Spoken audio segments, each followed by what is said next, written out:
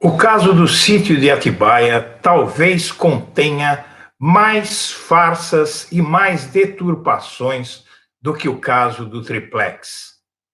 Mas agora o caso do sítio de Atibaia subiu no telhado. E a imprensa está dizendo, pessoal, que esse caso vai retroceder 9 meses após a anulação pelo Supremo. Porém, vai retroceder bem mais.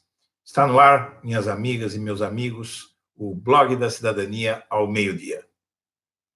Pessoal, essa decisão do STF de anular os processos, anular por jurisprudência, por vinculação, todos os processos em que os réus não puderam se defender, os delatados não puderam se defender, por último, das acusações dos delatores, ela engloba vários casos, na estimativa da mídia, 32 casos em que esse fenômeno ocorreu, sobretudo na Lava Jato, e principalmente na Lava Jato, que é onde existe essa maior relação de delação premiada, criada pela Dilma Rousseff em 2013, inclusive em uma proposta pouco discutida, que acabou gerando abusos e que foi pouco discutida à época, em 2013,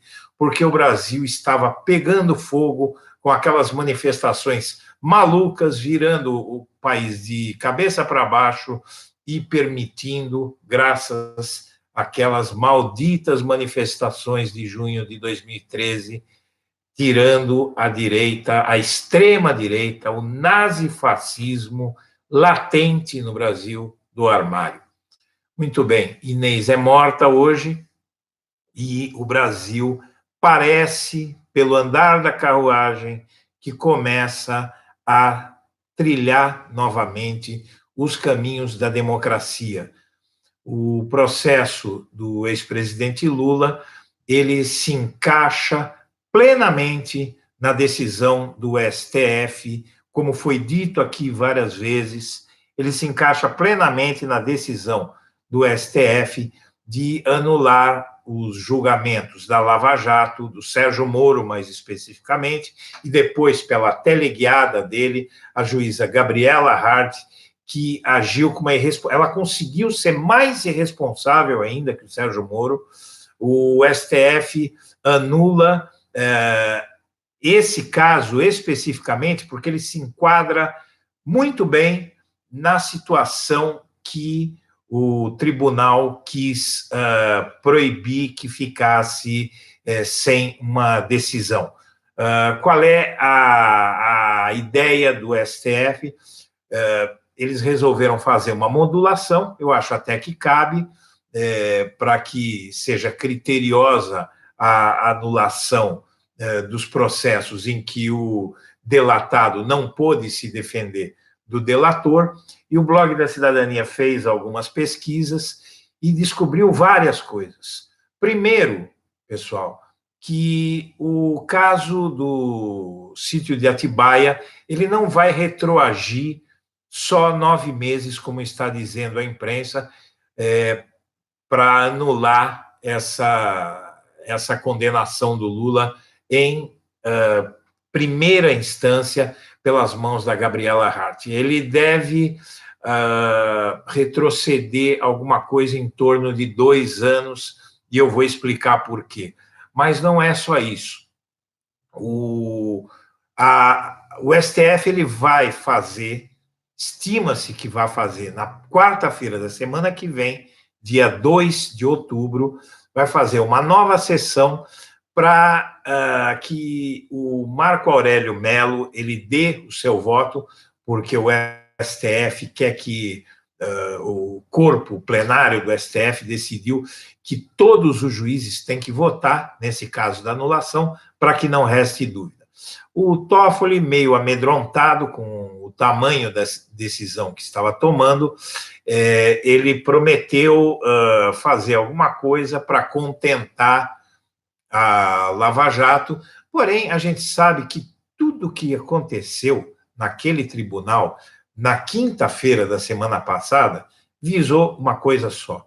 Tudo isso está sendo feito, está acontecendo em torno do gigantesco personagem histórico chamado Luiz Inácio Lula da Silva, e eu, cada vez que eu me debruço sobre esse assunto, eu fico espantado com a dimensão histórica e com a dimensão institucional, cívica, política, histórica do Lula.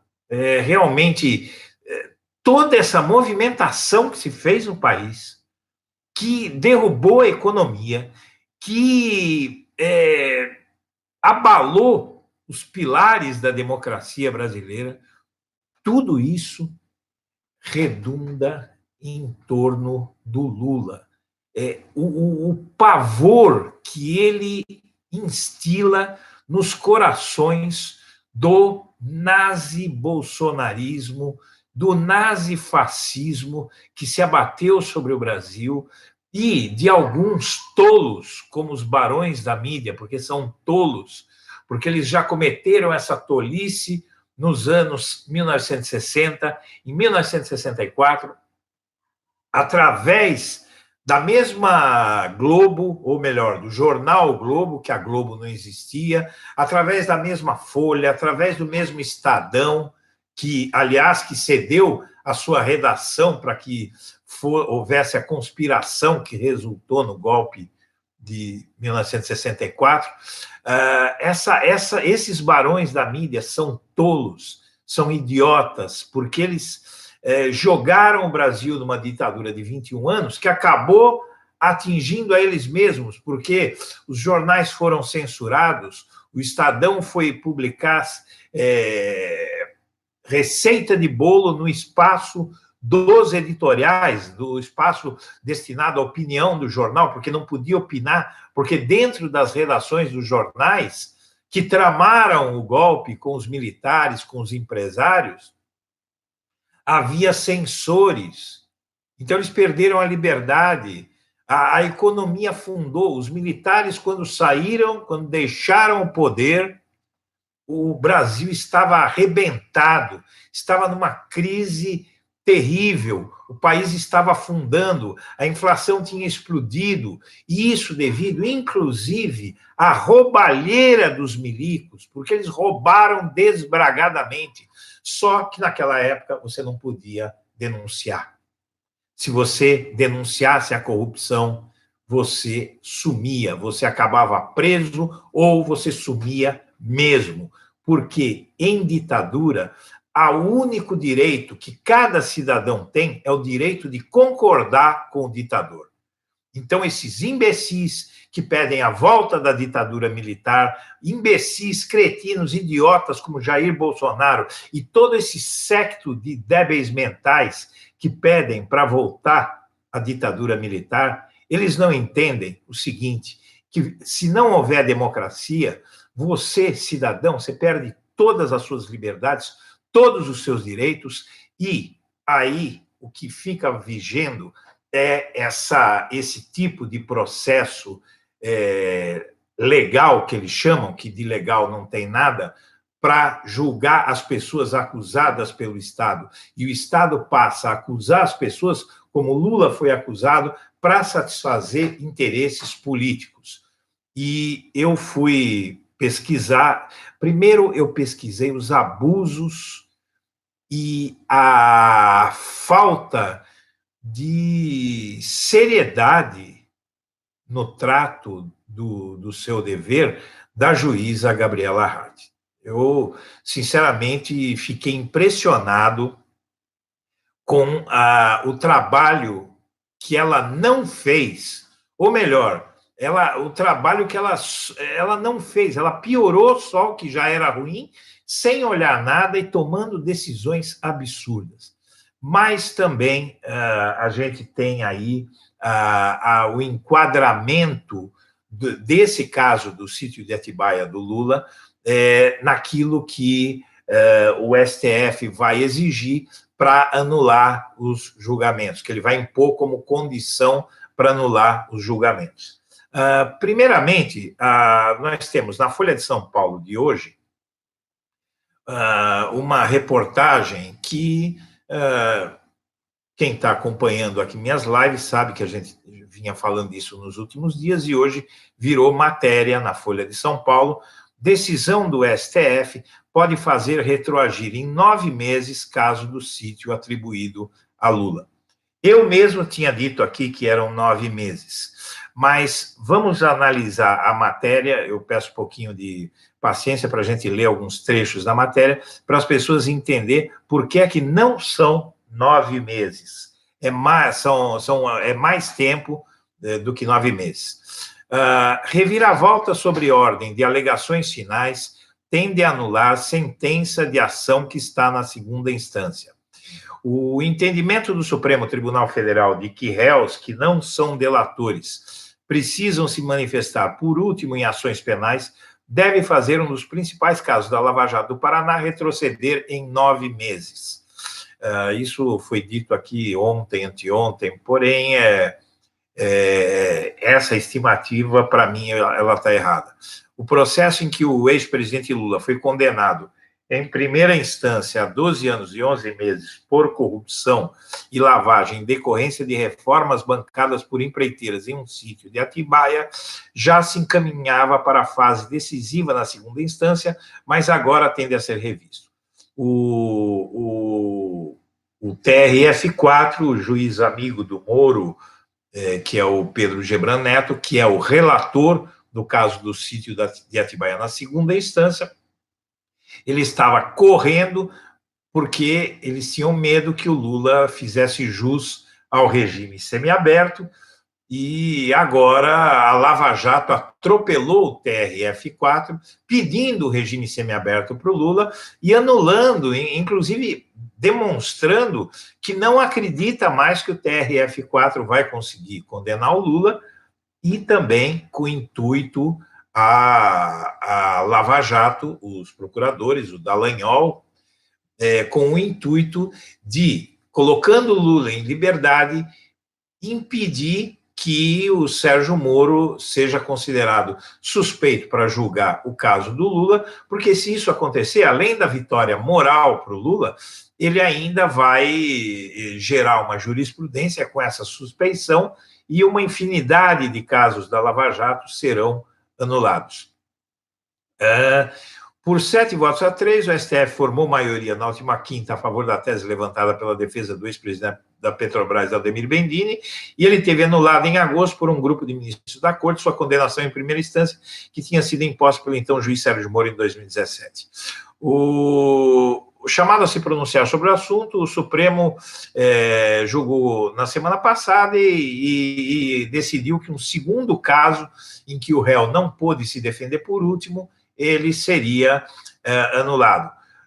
O Toffoli defendeu publicamente criar um limite para os alcances da decisão, que evitará uma enxurrada de anulações das sentenças, e uma hipótese é de que só tenham sentenças revistas os processos em que o réu reivindicou, ainda na primeira instância, o direito a apresentar as alegações finais após os delatores. Esse é o caso do Lula. O empresário Léo Pinheiro, nós temos aqui uma notícia de 9 de novembro de 2018, e aí começa a minha análise sobre esse caso. O Léo Pinheiro, primeiro para dizer por que é que o Lula faz jus a isso. O Léo Pinheiro detona Lula na ação do sítio de Atibaia, diz o Estadão, em 9 de novembro de 2018, às 19h45, matéria que eu garimpei aqui e achei essa pepita de ouro. O empresário Léo Pinheiro, da OAS, declarou nesta sexta-feira, 9, à juíza Gabriela Hard, isso em novembro do ano passado, que o ex-presidente Lula se comportava como proprietário do sítio de Atibaia, como real beneficiário das obras que a empreiteira realizou. Esse depoimento fez parte das alegações finais do Léo Pinheiro, delator, no caso do sítio de Atibaia.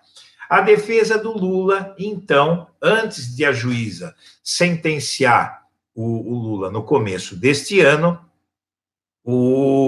a defesa do Lula pediu para responder a isso, mas não pôde responder porque ela tinha feito as suas alegações finais, a defesa do Lula, ao mesmo tempo que o Léo Pinheiro fez essas acusações para o Lula, contra o Lula, e ele disse, tem aqui, inclusive, todo o depoimento dele.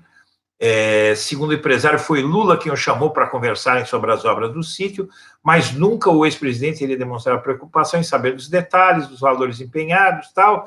E o Lula negou, ele fez um memorial ali, fez uma manifestação à justiça, à defesa do Lula, dizendo, olha, não foi isso que o Léo Pinheiro falou, mas essa manifestação não foi considerada porque tinha acabado o prazo para o Lula se defender, e ele pediu o direito de se defender dessas últimas acusações do Léo Pinheiro, não foi concedido. Então, não tem o que falar, não tem o que dizer sobre esse caso, mas o Lula faz jus, tá? Eu vou falar mais alguma coisa sobre isso, mas eu quero continuar a falar sobre quanto tempo esse processo vai voltar para que ele chegue em condições de ser julgado em primeira instância novamente,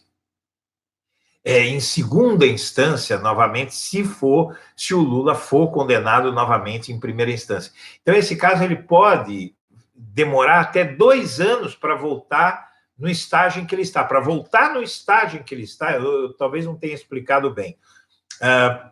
O caso volta 9 meses no tempo para as alegações finais, no caso do sítio de Atibaia e tal, que elas aconteceram, essas alegações finais, há 9 meses atrás. Porém, para voltar no estágio em que ele está, em vias de ser julgado em segunda instância, o caso do sítio de Atibaia demora quase 2 anos. E eu vou dizer por quê. Porque aqui a matéria ela está explicando isso. Se esse caso de que o Lula pediu para falar por último e não deixaram, for do réu ter pedido para se defender e não foi permitido, se esse for o parâmetro fixado pelos ministros do Supremo, o caso do sítio de Atibaia se enquadraria nos critérios e voltaria para o primeiro grau, diz a Folha de São Paulo. Seria preciso refazer não só a sentença, como também a etapa de alegações finais, fase que as partes apresentam seus últimos argumentos ao juiz antes da publicação da sentença. Muito bem, só que não é só isso. Vejam só, não é só isso. Essa fase havia sido concluída em janeiro passado, um mês antes da publicação da sentença pela juíza federal Gabriela Hart, que à época era magistrada à frente da operação em Curitiba, a fase das alegações finais. Além das etapas a serem refeitas, outro fator deve impactar o andamento dessa ação penal contra o ex-presidente. O caso mudará de mãos. O caso, não muito afortunadamente, não vai ser essa juíza que cometeu os abusos que cometeu a Gabriela Hart, que eu vou relatar aqui, muito afortunadamente não será ela que vai julgar esse caso de novo, graças a Deus, porque o trabalho que ela fez foi um trabalho porco, certo? Agora, a sentença deverá ser de responsabilidade de um magistrado que ainda não havia se debruçado sobre o assunto, o juiz Luiz Antônio Bonar, que assumiu a titularidade da 13ª Vara Federal da Lava Jato em março deste ano. Com a eventual anulação da sentença de Hart, Bonar precisará revisitar uma série de numerosas provas colhidas ao longo do processo que foi aberto em agosto de 2017. Então, com essa mudança de juiz, aí é que está o erro da Folha de São Paulo, da imprensa em geral, quando diz que vai retornar só em 9 meses. Porque aí vocês vão ver agora que eu vou ler a quantidade de coisas que esse magistrado vai ter que estudar. Então, o caso, ele volta para antes da Gabriela Hart, para quando o Sérgio Moro pegou o caso. E aí nós vamos entender. As audiências e depoimentos não precisarão ser refeitos, mas o juiz da Lava Jato terá que analisar tudo o que foi produzido para tomar a nova decisão sobre a condenação ou absolvição dos réus. Só a denúncia apresentada pelo Ministério Público Federal tem 168 páginas e 40 documentos anexos que tratam de 13 réus. Um deles foi absolvido por Hart em fevereiro. As alegações originalmente apresentadas pela defesa de Lula e que devem ser reencaminhadas são ainda mais extensas. Somam 1.643 páginas e 23 documentos anexos. Ao longo do processo, foram arroladas cerca de 150 testemunhas, entre as de defesa e de acusação. Esse juiz ele vai ter que examinar tudo isso para ver se ele concorda, se ele fizer um processo criterioso. Em quase 7 meses à frente da Lava Jato, Bonar ainda não expediu sentenças na operação. Em maio, uma resolução da Justiça autorizou a Gabriela Hart a atuar em conjunto com ele em caso da Lava Jato, mas não em processos já abertos. Então, esse caso ela não vai pôr a mão. No Tribunal Regional Federal da 4ª Região, corte com sede em Porto Alegre, que funciona como segunda instância da Justiça Federal no Paraná, o está com tramitação avançada. No último dia 11, o juiz relator João Pedro Gebran Neto concluiu sua análise e encaminhou o caso para o magistrado revisor, o Leandro Poulsen, que sinaliza que a data do julgamento poderia ser marcada nas próximas semanas. E aí a gente sabe que o plano deles era, no máximo, mais 1 mês ou 2, eles condenam o Lula em segunda instância, ele ficava solto. Ele ficava preso, mesmo tendo direito ao semiaberto. Se Lula tivesse a condenação do sítio confirmada em segunda instância, ele teria, veja que a Folha fala no condicional, ele teria que começar a cumprir pena também nesse caso, a partir do momento que não houver mais possibilidade de recursos na segunda instância, em Porto Alegre. Então, a gente vê que esse caso, esse juiz, ele praticamente vai pegar o caso do zero. Não haverá as audiências que aconteceram com o Sérgio Moro e depois com a Gabriela Hart. Porém,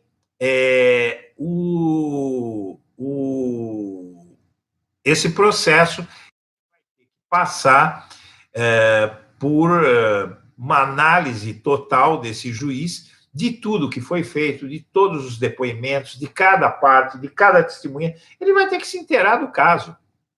Ele não vai, se ele não fizer isso, ele vai cometer os mesmos abusos que a Gabriela Hart, que as notícias estão aí na internet, eu já falei delas ontem. Ela foi acusada de plágio. Ela, para queimar etapas, o que ela fez? Ela pegou tudo que o Moro fez, copiou e colou. E ali, inclusive, ela reproduziu, ela pegou o caso do triplex. Ela pegou um processo que já estava pronto, que o Moro fez, copiou, colou e estava cheio de incongruências, inclusive porque ela trata o Léo Pinheiro nesse processo e o José Adelmário, não sei o que, Pinheiro, que é o nome real do Léo Pinheiro, que é um nome de guerra, Léo Pinheiro. Ela pega esses dois nomes e trata como duas pessoas diferentes, demonstrando, tem vários pontos que ela demonstra que ela não leu o processo.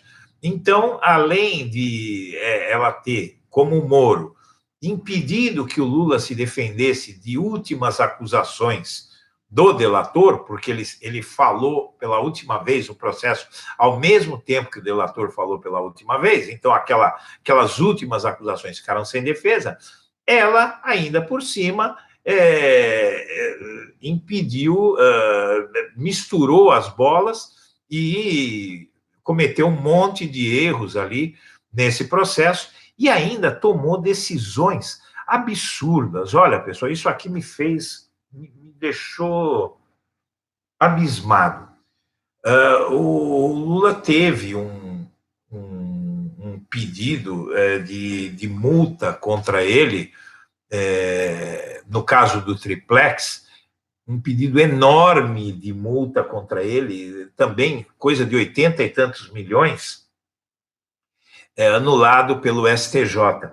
Mas essa juíza estipulou, no caso do sítio de Atibaia, a devolução pelo Lula de 86,4 milhões por Lula e condenados em ação do sítio, e condenou o Lula a 13 anos de prisão. Isso por quê? Porque ela diz que o sítio, na verdade, o sítio que vale em torno de 700, 800 mil reais, teve cerca de 1,5 milhão, 1 milhão e tanto de reformas em um sítio que não vale nem metade do dinheiro que eles dizem que custaram as reformas. Mas não foi só isso. Os abusos que aconteceram nesse processo foram enormes. A Polícia Federal, ela coagiu os caseiros do sítio. Teve um caso até de uma coisa violenta que fizeram, notícia do consultor jurídico de 20 de junho de 2018. Polícia Federal levou cunhada de caseiro ao sítio de Atibaia para depor. Em depoimento à Justiça Federal, nesta quarta-feira, Lietides Pereira Vieira contou que, em setembro de 2016, agentes da Polícia Federal e membros do Ministério Público Federal tiraram sua mulher e seu filho, de 8 anos, de casa para tomar o depoimento dela. Lietides é irmão do caseiro do sítio atribuído a Lula, em Atibaia, e disse ao juiz Sérgio Moro que toca uma ação penal que ninguém tinha autorização judicial para fazer a visita. Apenas queriam falar com ela. Então, eles praticamente sequestraram a mulher e o filho do caseiro de 8 anos para ir depor sem ordem judicial. É uma sucessão de abusos do Ministério Público, dessa juíza que queria 86 milhões de reais do Lula. Onde o Lula iria tirar 86 milhões de reais, gente? É uma coisa, sabe, impressionante, os abusos que essa mulher cometeu nesse processo, sem ler nada, tratando apenas de condenar a qualquer preço o ex-presidente Lula. Depois aí a gente tem, então, diante de todos esses erros, esse caso do sítio de Atibaia, ele volta... querem ver? Eu tenho aqui a denúncia desse caso, ela foi aceita pela justiça, o Sérgio Moro. O Moro aceitou a denúncia contra o Lula e outros 12 por caso envolvendo o sítio em Atibaia em 1 de agosto de 2017. Então, a condenação foi feita 1 ano depois. Como esse juiz, o Bonatti, ele vai pegar o caso do zero, ele vai ter que pegar esse caso do zero, ele vai ter que ler tudo. Então, basicamente, vai queimar algumas etapas, que nesse agosto de 2017, o Lula foi sentenciado em segunda instância em primeira instância, em fevereiro de 2019. Então, agosto de 2017, agosto de 2018, mais ou menos 1 ano e 7 meses, e 8 meses aí, agosto, setembro, outubro, novembro, dezembro, janeiro, fevereiro. Não, 1 ano e meio entre o recebimento pela denúncia do Sérgio Moro e a sentença da Gabriela Hart nesse processo. Então, foi um processo relâmpago, em 1 ano e meio ele foi condenado à prisão, no caso do sítio de Atibaia, em primeira instância pela Gabriela Hart. O Bonatti ele vai ter, vamos supor que tirando as audiências com as testemunhas, ele tenha que só ler todo esse calhamaço do processo.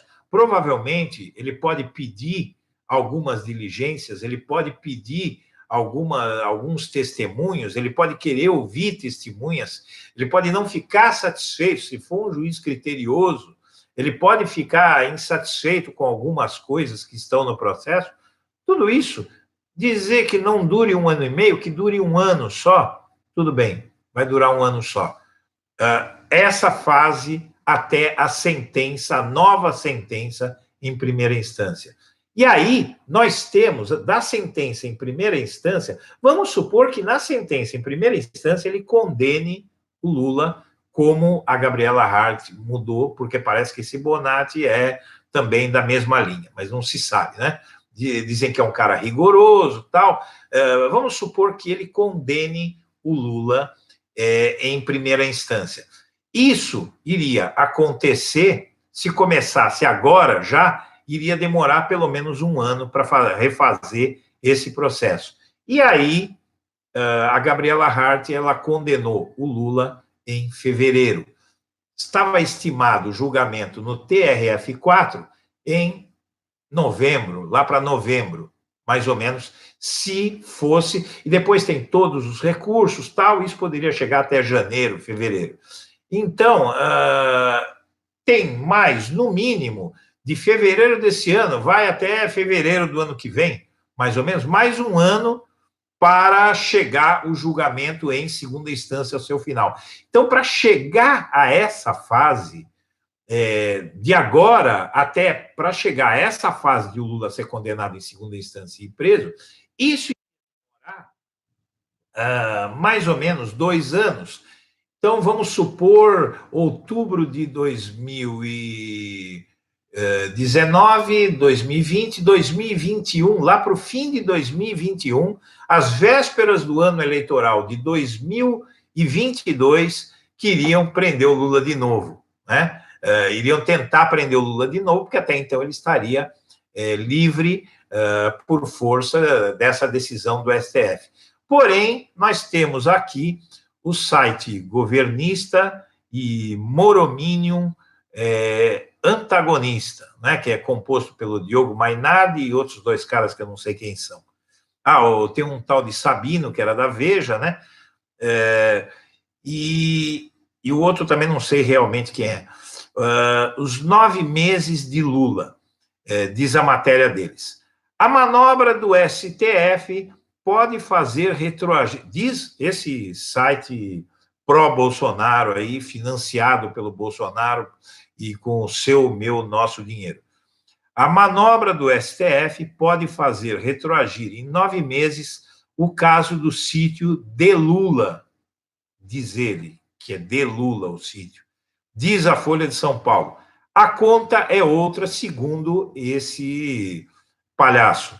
A conta é outra. Em 9 meses, o STF já terá gestado a norma que impede o encarceramento dos criminosos condenados em 2º grau. Entre uma chicana e outra, Lula nunca mais será preso. Aí, concordo com ele. Quem disse que eu não concordo com o antagonista? Concordo com ele em gênero, número e grau. O Lula nunca mais será preso. Por quê? Primeiro, porque eu acho que a suspeição do Moro vai anular o julgamento inteiro. Então, essa denúncia do Ministério Público, ela vai ter que ser julgada de novo por um juiz, e eu não acredito que seja da 13ª Vara Federal de Curitiba. Eu acho que a anulação a suspeição do Moro para julgar o caso, ele anula o caso desde o seu início, desde a gênese. Tudo que o Moro fez em relação ao Lula vai ser anulado desde a gênese, inclusive o caso do triplex. Primeiramente, então, primeiro que seria muito mais tempo e não haveria garantia nenhuma de que haveria condenação. Em segundo lugar, não haveria condenação em segunda instância, então não se sabe também se a segunda instância seria o mesmo TRF4, porque o TRF4 ele já está claramente, a gente já vê claramente como um tribunal de viés político. Basta ver a correria do Pedro Gebran Neto para acelerar o julgamento do Lula, para impedir que ele saísse da prisão por progressão de regime. Então, ele diz isso e eu acho que ele tem toda a razão, porque o Supremo está para votar também o fim da prisão em segunda instância, após condenação em segunda instância. Por que vai acontecer isso? Porque para que se termine, para que se use a prisão após condenação em segunda instância, você precisa simplesmente mudar a Constituição brasileira. É uma aberração jurídica que qualquer jurista de respeito vai dizer. Eu já conversei com vários juristas de respeito, o Pedro Serrano, o Comparato, vários juristas, o Fernando Ideu, que me defendeu, vários juristas de renome, e eles dizem, todos eles são unânimes em dizer que é uma barbaridade, porque na Constituição está claro, na Constituição, um cidadão ele só pode ser preso quando não restar mais nenhum recurso para ele na justiça. Quando ele for condenado com trânsito em julgado. O que é? Que ele recorreu, ele fez todos os recursos possíveis e imagináveis. Por que é? Porque você tirar a liberdade de uma pessoa é uma coisa muito séria. Né? É claro que se o cara representa um risco ao processo, representa um risco para outras pessoas, por exemplo, um assassino, um estuprador, um serial killer, não é? Um sujeito perigoso para a sociedade, aí não tem jeito. Você tem que fazer o processo e, às vezes, não dá para deixá-lo, né? Se ele estiver tentando destruir provas, se a liberdade dele constituir algum risco para o processo, ainda vá lá que você prenda o cara por prisão preventiva, né? Para prevenir que ele cometa algum absurdo. Agora, esses crimes administrativos, porque crime de corrupção é um crime administrativo. Não é que o cara vai fraudar uma licitação outra vez se ele tiver solto, ele não tem nem mais o cargo para fazer isso. Então, é um crime administrativo, as cadeias estão lotadas, então, se você for realmente querer prender o corrupto, porque existem outras formas de punição. Eu, por exemplo, eu quero dizer para vocês aqui, fazer um parênteses aqui, eu sou contra o punitivismo. Eu sou contra, por exemplo, prender o sujeito que comete ato de corrupção. Eu acho que as prisões estão lotadas. As prisões, elas devem ser reservadas para aquelas pessoas que elas representam um risco à sociedade. O corrupto, você pode tirar tudo dele, tira todo o dinheiro dele, impede o sujeito de fazer qualquer coisa. Você vai condenar o sujeito a uma vida humilde, uma vida simples, sem possibilidade nenhuma de cometer o crime novamente. Você anula o sujeito civilmente. Né? Ele vai ser um pária, ele vai ter que trabalhar em alguma função, ou põe o sujeito para algum trabalho do Estado que pague um salário mínimo para ele, vai morar do jeito que for, ele vai ser impedido de levar uma vida que ele desfrute do crime dele. Agora, se for um crime violento, né, que ele matar uma pessoa, que ele estuprar uma pessoa, aí é outra coisa. Eu acho que é inclusive uma proteção para a sociedade que aquele cara fique preso. Então, eu acho que é uma perda de tempo o Brasil gastar o que não pode com prisões e ainda criar prisões que se tornam universidades do crime e que se tornam uma afronta à dignidade humana, uma vergonha para uma sociedade que tem masmorras medievais, porque as prisões brasileiras são piores que masmorras medievais. Eu sempre falo de uma palestra que eu presenciei em 2000, no auditório da Folha de São Paulo, com um emissário da ONU que veio ao Brasil investigar a situação carcerária no Brasil. E o sujeito, ele falou, olha, ele deu uma palestra na Folha em espanhol, apesar de ser inglês, o nome dele era Nigel Rodley, nunca esqueci desse sujeito. Ele deu a palestra em espanhol e ele disse, olha, gente, isso aí é uma loucura, o que vocês estão fazendo aqui no Brasil é loucura, porque vocês criam os monstros que vão atacar vocês. Vocês pegam um garoto de 17, 18, 20 anos aí, que roubou um toca-fita, e você joga ele dentro da cadeia com assassino, com estuprador, com tudo que existe de pior. Aquele sujeito, ele é seviciado, ele é torturado, ele é judiado, ele sai de lá doido e pronto para cometer as maiores atrocidades. Você não vai prender por resto da vida alguém que roubou um toca-fita, que roubou qualquer coisa ali. Ele entrou na cadeia por uma coisa qualquer, por vender um pouquinho de droga ali e tal, ele está um favelado, um garoto pobre, humilde, ele vendia, ele ia entregar droga no asfalto, ele saía da favela para entregar droga no asfalto para algum playboy, né, para algum executivo de grande empresa, para algum político, que adora, os políticos, esses empresários adoram cocaína, passam na favela para comprar, o garoto pobre vai lá, a polícia chega, o executivo ele sai livre, ele vai contratar os melhores advogados e o menino vai preso, e ali ele vai virar um psicopata, vai ficar louco, vai pirar dentro da cadeia, não é? Então isso é uma barbaridade. Eu acho que o punitivismo é uma das causas do problema de segurança no Brasil, porque a gente deveria envidar os nossos esforços, gastar o que a gente gasta com o punitivismo, gastar em educação, construir escolas, e a gente não ia precisar construir tantos presídios se não prendesse. O sujeito comete um estelionato, anula esse sujeito economicamente. Você pode anular uma pessoa que ela não tenha como mais funcionar economicamente.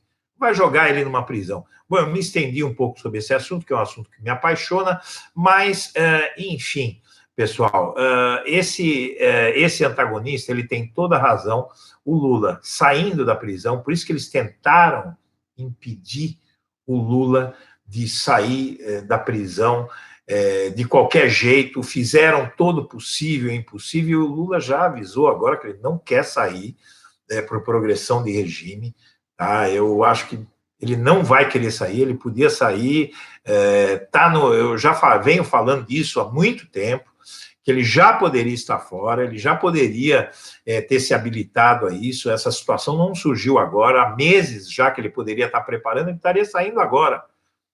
Me perguntaram aí se ele vai ter que pagar a multa de 4 milhões lá, que foi reduzida de 80 e tantos milhões pelo STJ, foi reduzida para 4 milhões e pouco, tem que pagar, porém, basta a gente lembrar, vocês lembram do Zé Dirceu, do Genuíno, que fizeram uma vaquinha para pagar, a multa do Zé Dirceu, por exemplo, foi de 2 milhões de reais, ele arrecadou em uma semana. O Lula arrecada, a gente faz uma vaquinha, aí o PT faz uma vaquinha, não é? A gente não, quem sou eu? Mas o PT faz uma vaquinha aí e arrecada esse dinheiro em 24 horas, se tanto. Eu acho que arrecada no mesmo dia. O Brasil inteiro, milhões de brasileiros vão doar dinheiro para o Lula pagar essa multa infame e sair da cadeia, que uma multa que, aliás, era uma barbaridade, imposta pelo TRF4, e eu ainda vejo o Lula voltando em 2022, se elegendo presidente e sendo indenizado por tudo isso que fizeram com ele. Olha, pessoal, eu digo para vocês, inclusive eu tenho uma outra notícia aqui, que é bem interessante, que aqui está. Vamos ver. É do antagonista também, e ele fez um post aqui que eu concordo, eu estou concordando, eu estou preocupado, viu, porque eu estou concordando muito com o antagonista hoje. Declaração de Janot pode mudar a agenda do STF. A declaração de Rodrigo Janot sobre matar Gilmar Mendes fez com que Dias Toffoli dissesse a colegas que não sabe se vai levar ao plenário do STF, na próxima quarta, a proposta de modulação da decisão que pode anular várias condenações da Lava Jato. Diz a Folha, ele disse a colegas que, neste momento, sua prioridade é formar uma unidade para a defesa do STF. Realmente, ele tem razão. Se isso... veja bem, eu não sei se ele tem razão, eu não sei se o Dias Toffoli vai mesmo, a Folha está dizendo que o Dias Toffoli vai querer tomar medidas contra o Janot. Eu acho que é o mínimo que tem que tomar, porque pessoas dizendo aí abertamente que vão matar ministros do Supremo, ele vai criar outro Adélio Bispo. É esse tipo de coisa que cria malucos como aquele Adélio Bispo, psicopata, uma pessoa que quis matar o Bolsonaro e elegeu o Bolsonaro, né? O que elegeu o Bolsonaro foi aquela facada, porque muita gente achou que ele ter sido alvo de uma facada fazia dele um herói, e não é. Tentaram matar o Hitler várias vezes, né? Então, o que eu acho é que, se isso acontecer, se não for discutido, enquanto não for discutido, isso não é opinião minha, isso eu já chequei aí com as minhas fontes, gente que entende do traçado, não é opinião minha. Enquanto não for modulada essa decisão do STF, porque a decisão foi tomada, tá? A decisão foi tomada, então, enquanto não houver o estabelecimento das regras, não adianta nada o Pedro Gebran Neto e o TRF4 correrem com o caso do sítio de Atibaia, porque não vai chegar a lugar nenhum, está anulado, porque o Lula ele faz jus, ele pediu para se defender das últimas acusações do Léo Pinheiro, ele foi prejudicado porque teve coisas que foram ditas ali que pesaram no processo para a condenação dele e que ele não pôde contestar.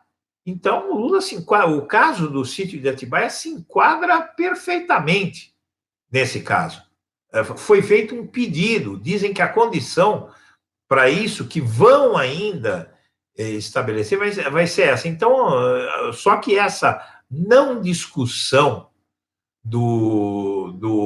da modulação, das condições para que anule todos os 32 casos da Lava Jato, enquanto não acontecer, todas essas condenações estão ameaçadas de ser anuladas, e nenhuma decisão que decorra dessas condenações que estão em questão, elas podem ser tomadas porque paralisou todos esses processos, inclusive o do Lula. Então, tem ainda essa questão que pode piorar mais ainda a situação da Lava Jato, tá? E aqui nós temos uma lavajatista e uma antipetista feroz, que é uma pessoa que nutre por mim uma grande raiva, né, que é a colunista da Folha de São Paulo, Eliane Cantanhede. Essa senhora, inclusive, ela comemorou quando o Sérgio Moro mandou me prender, né? Ela fez uma comemoração no Twitter, viva, não sei o quê, até que enfim, tal. E ela é morista, né, bolsonarista, temerista, antipetista, e ela escreveu uma coluna no Estadão, que ela saiu da Folha de São Paulo e foi para o Estadão, e o título da coluna dela é O Titanic Lava Jato. Gilmar Mendes está na posição de quem ri por último, ri melhor. Com a sucessão de eventos da semana passada, a Lava Jato começa a ir a pique como Titanic. Hackers de Intercept Brasil, Supremo, Congresso, Planalto e agora a inacreditável, chocante história do então Procurador-Geral da República, Rodrigo Janot, que entrou armado na mais alta corte do país para assassinar o ministro Gilmar Mendes. Então, realmente, a Lava Jato é um Titanic. Gozado que eles chamavam o PT de Petitanic, né?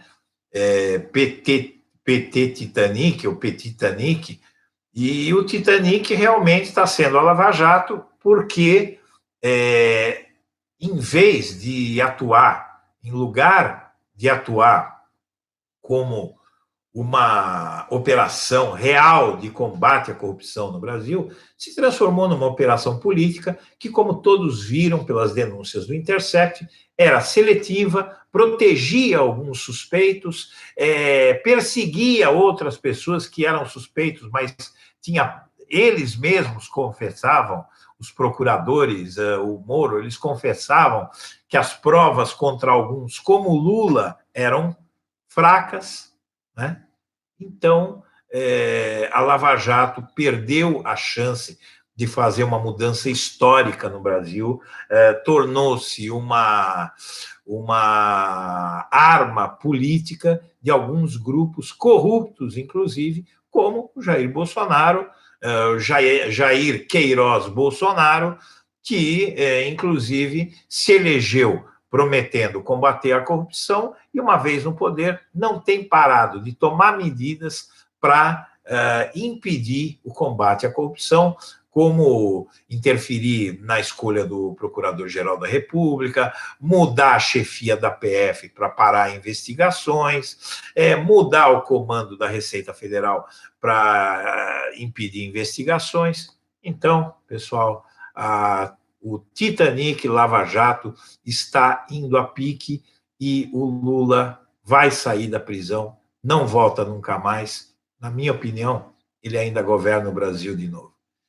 Então, eu quero agradecer a todo mundo a atenção e amanhã, ao meio-dia, eu volto com mais uma edição do Blog da Cidadania ao meio-dia.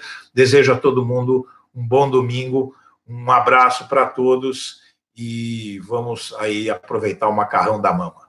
Um abraço, pessoal.